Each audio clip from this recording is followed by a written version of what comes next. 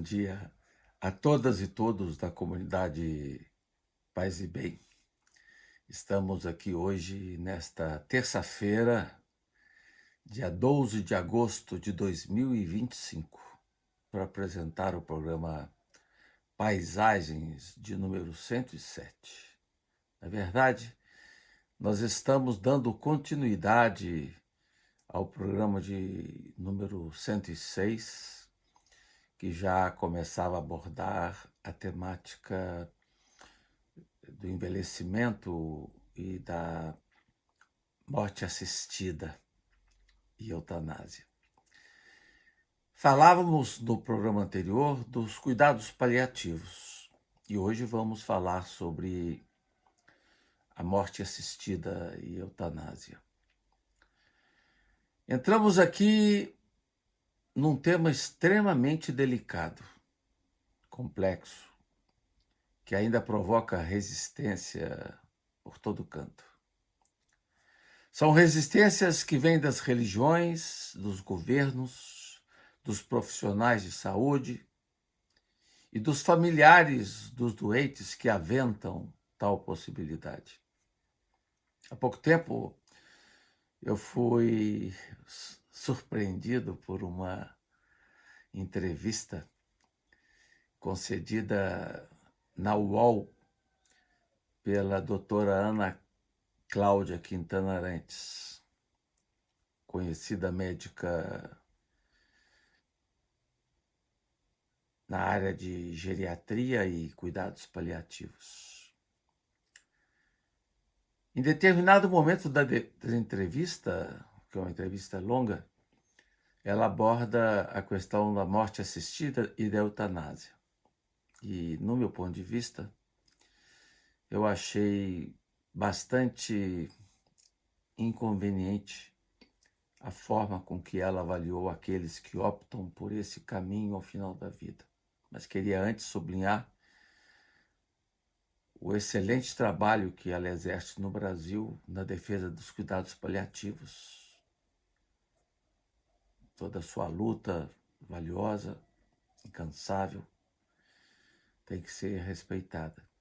Mas quando ela falou da eutanásia, ela disse o seguinte, disse que é muito deselegante um brasileiro defender tal procedimento no Brasil.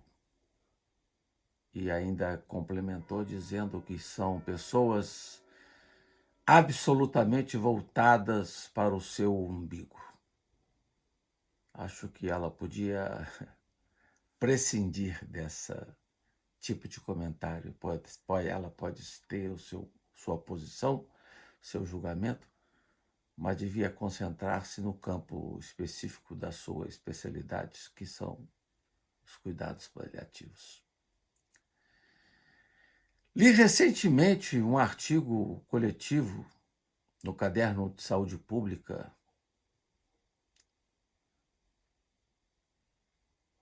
38/9 de 2022, de autoria de vários autores, a começar por Edson Iglesias de Oliveira, falando sobre o posicionamento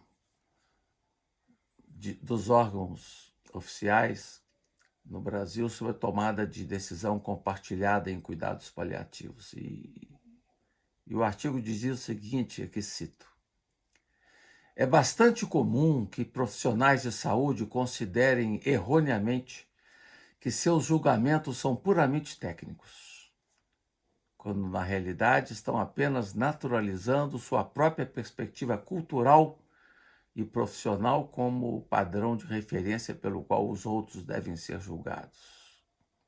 Ainda no mesmo artigo, um pouco mais adiante, os autores dizem: na ausência desse tipo de esclarecimento, infelizmente, esses termos podem ser utilizados, ainda que inconscientemente, como formas veladas de impor o ponto de vista cultural de profissionais de saúde através de uma linguagem técnica de difícil acesso a pacientes familiares.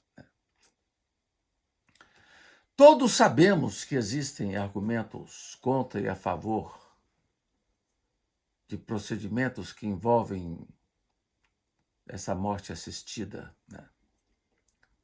Os argumentos contra estão aí, mas há também argumentos favoráveis, que são pautados, sobretudo, na defesa da autonomia e do argumento do alívio da dor e do sofrimento, ou também o argumento da misericórdia. Em outro artigo muito bonito, de autoria de Isabela Cristina Passos e Poças e Thelma de Souza Birchal, sobre a terminalidade da vida, um artigo de 2024, elas dizem, aqui cito, os favoráveis à morte assistida acreditam que o direito à decisão sobre a morte é parte do direito que cada um possui de escolher sobre sua vida no cotidiano. O direito a essa decisão e o apoio, inclusive, do Estado ao legalizar ou descriminalizar as práticas da eutanásia e do suicídio assistido seriam baseados no respeito ao princípio da autonomia da pessoa. A Igreja Católica, infelizmente, continua com uma posição contundente, crítica, diante da morte assistida e da eutanásia, como a gente percebe no documento da Congregação para a Doutrina da Fé, em 2 documentos. Um documento de 1980 e um documento de 2020, já na época do pontificado do Papa Francisco. No primeiro documento, a eutanásia vem identificada como um gesto homicida, um crime contra a vida que viola a lei divina e a dignidade da pessoa humana. Isso em 1980. O texto vai ainda mais longe, identificando a prática da eutanásia como um crime contra a vida, que viola a lei divina e a dignidade da pessoa. Diz também que a eutanásia é um atentado contra a humanidade. Mesmo. No segundo documento da mesma Congregação para a Doutrina da Fé, chamado Carta Samaritanus Bonum, a Igreja Católica mantém o mesmo teor contundente e crítico do texto de 1980.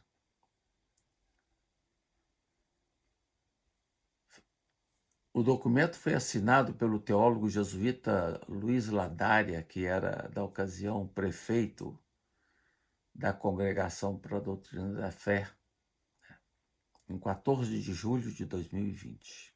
Percebe-se no texto uma nítida preocupação de deixar bem clara a posição da Igreja Católica a respeito. Pelo menos a visão mais tradicional ortodoxa da Igreja Católica. A crítica do documento precisa contra o uso considerado equivocado do conceito de morte digna, segundo eles. E o documento busca identificar tal procedimento como sendo um neopelagianismo ao abordar a temática dos direitos à liberdade da pessoa em decisões tão extremas. Estaria aí ocorrendo o neopelagianismo. No texto, reitera-se a posição oficial da Igreja Católica na condenação viva da eutanásia. Tanto a eutanásia como a morte assistida, que eles denominam como suicídio assistido, são considerados proibidos no documento. O documento identifica a eutanásia como um ato intrinsecamente mau, em qualquer ocasião e circunstância. Fala-se até em gesto homicida. Condena ainda Todos aqueles que atuam na colaboração para o ato realizado e impede qualquer atuação ministerial de membros da igreja na assistência sacramental, pastoral para aqueles que estão envolvidos no ato da eutanásia. Talvez tenha sido o documento mais duro e mais claro de oposição da Igreja Católica contra a eutanásia. Um documento corroborado por Papa Francisco, que em ocasiões precisas manifestou-se contra qualquer possibilidade de eutanásia ou morte assistida, como, por exemplo, no caso do bebê britânico Alfie Evans, cujo tratamento foi interrompido por ação médica. Dentre os profissionais de saúde aqui no Brasil, temos o caso já citado da doutora Ana Cláudia Quintana Arantes, que se posiciona igualmente crítica a tais procedimentos. Então, há uma certa sintonia da visão de Ana Cláudia com a Igreja Católica.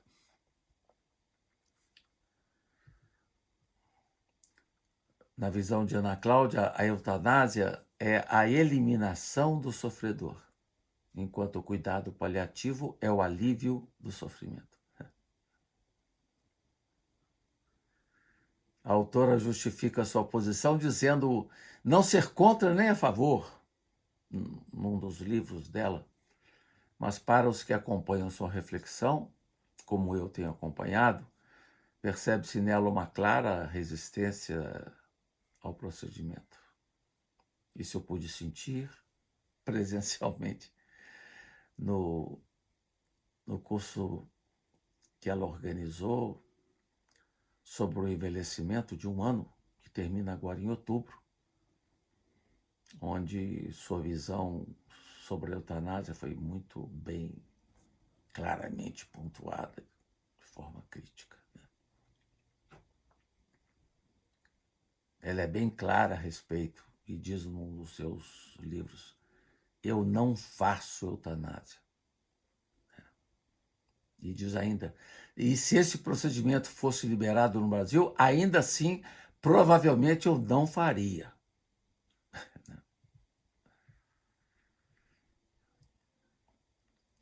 E ela defende o seu argumento dizendo que não há no Brasil condições para uma reflexão sensata e lúcida sobre o tema, sobretudo em razão da inexistência de uma presença efetiva, mais efetiva no Brasil, na linha dos cuidados paliativos nos procedimentos em curso.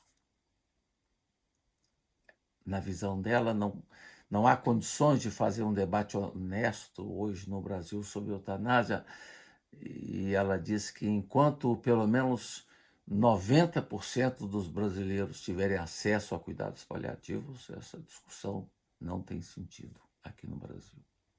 Bom, em favor da morte assistida e da eutanásia, temos hoje no Brasil, no mundo, muitos autores estudiosos sérios que argumentam em favor do procedimento em casos bem específicos.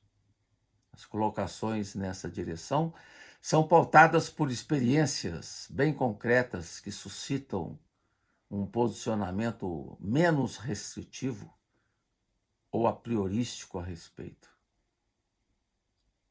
Ainda mais quando percebemos que a descriminalização da eutanásia ou a aprovação da eutanásia e da morte assistida ocorre em muitos países, né? Na Suíça, na Holanda, em muitos estados dos Estados Unidos, né? Aqui na América Latina também, na Colômbia, no Uruguai, Cuba, no Equador, e o Brasil sempre muito resistente, né? Nos últimos anos, nos deparamos com muitos casos complexos envolvendo a decisão em favor da eutanásia ou morte assistida. Por exemplo, nos casos do brasileiro imortal filósofo, literato Antônio Cícero, ou também do cineasta francês Jean-Luc Godard. Outros casos que suscitaram muito debate ocorreram envolvendo pessoas de outros países, né, como Laura Santi, muito forte esse caso, na Itália, Daniele Pieroni, Pier Giorgio Welby, Terry Schiavo, Ramon Sampetro, Alf Evans, Martina Opelli e tantos outros. Diante de experiências tão sofridas e prolongadas, fica difícil assumir uma posição contundente e crítica, sem uma consideração mais detalhada sobre as circunstâncias particulares. Temos o caso específico de Laura Santi, jornalista italiana de 50 anos, que sofria há tempos com esclerose múltipla e, depois de uma dura batalha jurídica, conseguiu o acesso à morte assistida na Itália. E antes da cerimônia de adeus, a jornalista pediu aos amigos e parentes um esforço adicional de compreensão para o gesto extremo decidido por ela. Ela tinha plena consciência do duro gesto que ela tinha assumido e de toda a repercussão que causaria na Itália e também no mundo. Tinha plena consciência que estava diante do gesto mais total e definitivo da sua vida, a ser assumido em liberdade. Em sua carta de despedida, reconhece que seu gesto final, ocorrido em silêncio, causaria desaponto e dor. Reconhece que ele não foi fácil, tal gesto, exigindo sangue frio e nervos de aço. Mas foi o caminho que escolheu, por livre decisão, por livre convicção. Dizia ainda em sua carta que por trás de sua foto bonita, divulgada nas redes, estava um cotidiano doloroso, vazio e feroz, em constante piora, um sofrimento crescente dia após dia. E acrescentou, e aqui cito: tive muito tempo para elaborar e amadurecer essa decisão, muito tempo para saber quando era realmente a hora. Tinha aquele famoso parapeito sobre o qual vocês leram tantas vezes, de onde me debruçar. Tive muito tempo também para mudar de ideia e adiar a decisão, e me permiti, enquanto ainda conseguia, saborear os últimos resquícios da vida e da beleza. Despedi-me de cada canto, de cada lugar, de cada rosto, cada pessoa, cada situação, cada céu, cada cor, cada mínima caminhada ao ar livre. Parto, tendo saboreado os últimos bocados de vida de forma intensa e consciente. Entendam-me, diz ela. Eu acredito que toda vida continua sendo digna de ser vivida, mesmo nas condições mais extremas. Mas somos nós, e só nós, que devemos escolher. No Brasil, a morte do poeta Antônio Cícero causou muita consternação. Sua decisão pela eutanásia na Suíça se deu em razão do avanço da doença de Alzheimer. Em carta de despedida, Cícero sublinha que sua vida tinha se tornado algo insuportável. Não conseguia mais reconhecer muitas pessoas com as quais conviveu e nem mais escrever bons poemas ou ensaios de filosofia. Em artigo escrito por ele no jornal Folha de São Paulo, antes, tinha sublinhado que só mesmo quem passa por tamanho sofrimento é capaz de dar conta da dor da aflição e da humilhação que tal gesto e tal dor implica. Foi um artigo publicado na Folha de São Paulo em 2008. E nesse artigo ele faz menção ao teólogo Rubem Alves, que também defendia a eutanásia, que também escreveu um artigo na Folha de São Paulo defendendo a eutanásia. Tinha escrito Rubem Alves sobre o tema, defendido o direito ao gesto derradeiro. Na visão de Rubem Alves, a vida é como um instrumento musical, só vale a pena ser vivida enquanto o corpo for capaz de produzir música. Em Precisa Reflexão sobre a Eutanásia, publicado no Instituto Humanitas da Unicinos, no IHU, o professor espanhol Diego Gracia, especialista em bioética, abordou o tema do desejo de morrer, que se faz presente naquele que vive uma violenta experiência de sofrimento e dor.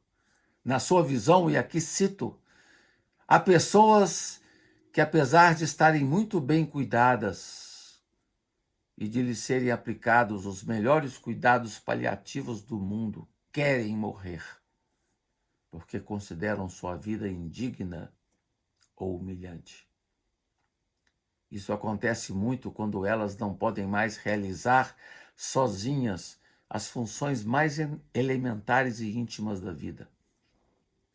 Para algumas pessoas, ter que depender de outros parece muito humilhante e querem evitá-lo, inclusive pondo fim à sua vida, para que elas não sofram e para não fazer os outros sofrerem. Segundo Diego Gracia, tal modo de pensar revela-se plausível e perfeitamente respeitável. E é o que eu, Faustino, também penso a respeito. Embora sou um profundo defensor da ortotanásia. Outros dois teólogos de renome internacional partilham dessa semelhante reflexão, levantando ponderações profundamente dignas a respeito da morte assistida e da eutanásia. Um deles é o teólogo suíço Hans Küng, que morreu em abril de 2021 e morreu de morte natural, ainda que tivesse se inscrito na Suíça para o procedimento de morte assistida. Em seus últimos anos de vida, o teólogo padecia de diversos males, entre os quais artrose nos dedos, início de surdez num dos ouvidos, maculopatia irreversível e mal de Parkinson. Pôde também acompanhar o desenrolar de uma dura demência sofrida por um amigo pessoal, Walter Jens, que morreu em junho de 2013. E os dois tinham escrito um livro juntos, em defesa da eutanásia. Tudo isso serviu de base para uma reflexão pessoal de Hans Küng sobre a eutanásia.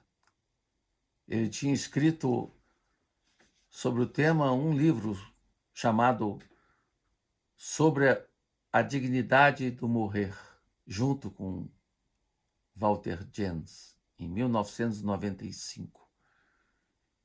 E depois veio acompanhá-lo de perto em sua dolorosa travessia, numa demência que durou mais de 10 anos, até morrer de forma natural. Hans Küng foi tomando consciência de que a eutanásia constituía uma ajuda importante para a vida. Em período anterior de sua vida, chegou a defender com paixão o movimento dos cuidados paliativos. Veio a perceber com o tempo que mesmo dentro dessa corrente havia aqueles que não excluíam a priori a possibilidade da morte confiada à própria responsabilidade da pessoa. Foi se dando conta de que a medicina paliativa nem sempre constitui uma resposta válida a todos os desejos de morte. Há aqueles, lembra Küng, que, em razão de sua situação desesperada, querem algo além da medicina paliativa. Argumenta ainda que são inúmeros os casos de pessoas que estão cansadas de viver, mesmo estando sob cuidados paliativos. Nesse sentido, em razão de sua própria dificuldade pessoal de saúde, Hans Küng foi assumindo a defesa da eutanásia, entendida que era uma decisão ilegal, mas moralmente legítima. Considerava que ninguém estava condenado a suportar o insuportável, justificando assim uma decisão e criticando essa ideia de que haveria uma disposição divina a uma morte natural. Mesmo tendo terminado sua vida com morte natural, Hans Küng permaneceu convicto, ao final da vida, de que todo ser humano tem o direito de morrer quando não vê mais esperança de uma vida conforme os próprios critérios pessoais. E chegou a descrever no seu longo livro de biografia, né, esse direito. Outro teólogo italiano que tem defendido a morte assistida e a eutanásia é Vito Mancuso. Acho eu suas reflexões preciosas, não só nesse campo particular, mas em outros tantos campos da abordagem teológica, né? Ele escreveu recentemente o livro Livres para Viver. O sentido das coisas para além da finitude da vida. Trata-se de reflexões mais espirituais que nos ajudam a pensar o tema da finitude da morte. Como ele mesmo diz, se não somos capazes de pensar a morte, não sabemos o significado da vida. O que me agrada em Vito Mancuso é a sua liberdade de teólogo. É um verdadeiro teólogo público. Vale para ele o que outro teólogo francês, Christian Ducoq, falou sobre um dos grandes desafios para a teologia nos tempos que correm. Diz ele: os teólogos só terão credibilidade se ousarem pensar por si mesmos. Sinto-me muito próximo à liberdade de Mancuso. Fomos sempre acostumados a lidar com teologias que se entendem como súditas do magistério. E quando nos defrontamos com autores que não se subjugam e que ousam pensar com autonomia e leveza, sentimos a verdadeira força e vigor da teologia pública. Dizia Mancuso num artigo recente, e aqui eu cito, dizia ele: se ser católico significa obedecer sempre e sem discussão à ética e à doutrina do magistério, há tempo não sou mais católico, prefiro me dizer crente. E com essa liberdade que Mancuso trabalha o tema da morte assistida. Toda a sua abordagem traz em seu bojo a consciência viva do primado da consciência na vida da igreja. E ele cita um texto presente no Catecismo da Igreja Católica que diz: o ser humano deve obedecer sempre ao juízo certo da consciência.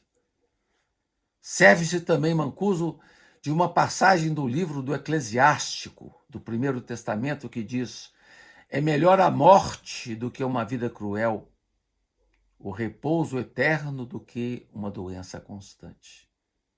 Livro do Eclesiástico, capítulo 30, versículo 17.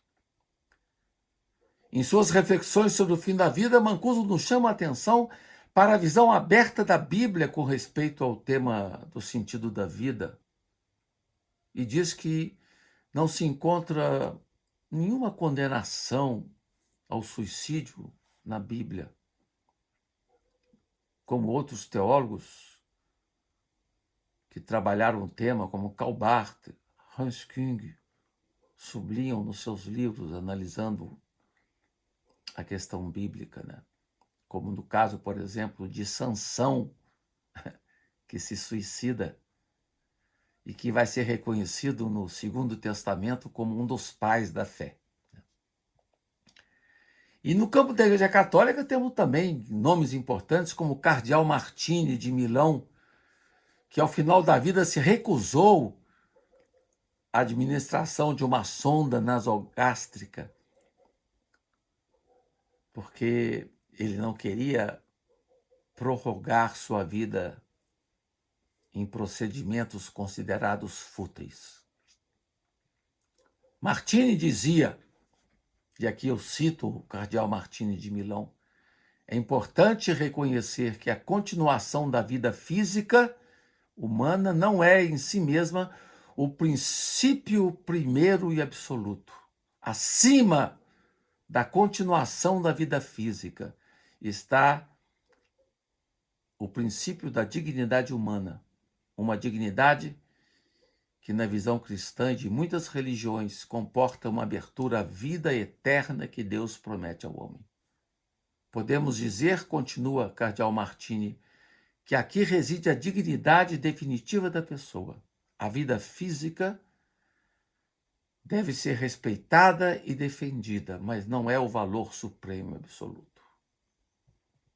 Então ele abre assim um campo novidadeiro para reflexão sobre a morte assistida, quando a experiência da vida vem percebida como um limite imposto contra a própria dignidade da pessoa. Então, com isso, passei um pouco do meu tempo hoje. Eu pude apresentar nessas duas aulas esses dois caminhos específicos de lidar com um tema tão difícil e delicado. Eu queria apenas completar minha reflexão dizendo que eu defendo muito a ortotanásia